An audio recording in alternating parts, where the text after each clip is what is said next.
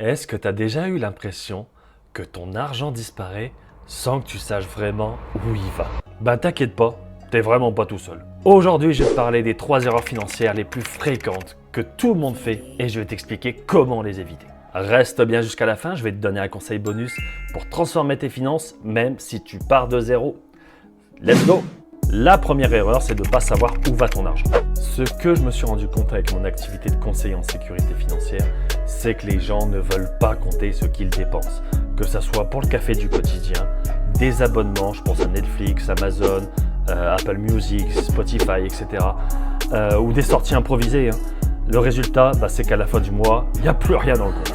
Pour te donner un petit exemple de ce que j'ai remarqué, c'est qu'un café à 4 $ par jour, ça peut sembler innocent, mais en vrai, ça fait 120 $ par mois, donc 1440 par année. Imagine ce que tu pourrais faire avec cet argent. Je me suis amusé à faire le calcul. Si ce 4 $ par jour, tu l'investissais avec un rendement moyen de 10%, en 40 ans, tu pourras avoir 701 000 $ dans ton compte épargne. Really? Maintenant, comment on résout ce problème? C'est simple, c'est de créer un budget. Simple, efficace, merci, bonsoir. Goodbye. Télécharge une application comme Mint pour suivre tes dépenses, fixe des catégories et respecte-les. Tu verras, rien que le fait de suivre des dépenses, ça va donner plus de contrôle sur ton argent. La deuxième erreur la plus fréquente, c'est de laisser ton argent dormir sur son compte. Avec l'inflation qui passe les 4%, l'argent qui dort, ça perd sa valeur. Tu travailles dur pour ton argent, alors pourquoi tu ne la fais pas travailler pour toi? Et non, ton petit compte épargne qui est à la banque, ça ne te rapporte pas beaucoup de rendement. Je te donne un exemple. Si par exemple tu as 1000 $ dans ton compte qui te rapporte 0,5 dans 10 ans, tu auras à peine gagné 50 $.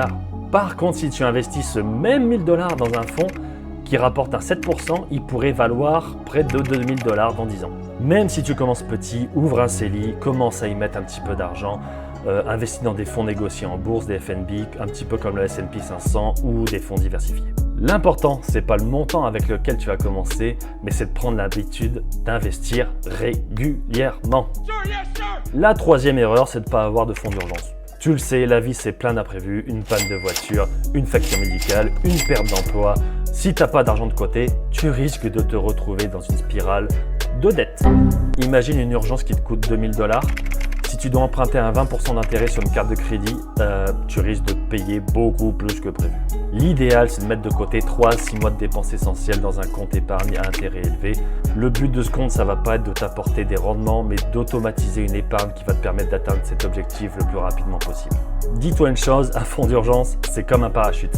Vaut mieux en avoir un et pas en avoir besoin que faire une chute et ne pas en avoir. Un petit conseil bonus pour transformer tes finances, active l'autopilote sur tes finances. Automatise ça à chaque fois. À chaque fois que tu reçois un salaire, un montant doit partir dans un fonds d'urgence, dans tes investissements mensuels et tes factures récurrentes. Par exemple, programme un virement automatique de 100 $ par mois dans un CELI. Tu n'auras même pas besoin d'y penser et ton épargne, il va grossir tout seul. Si tu veux en apprendre plus ou que tu as besoin d'un plan personnalisé pour tes finances, écris-moi ou prends un rendez-vous directement via le lien en description.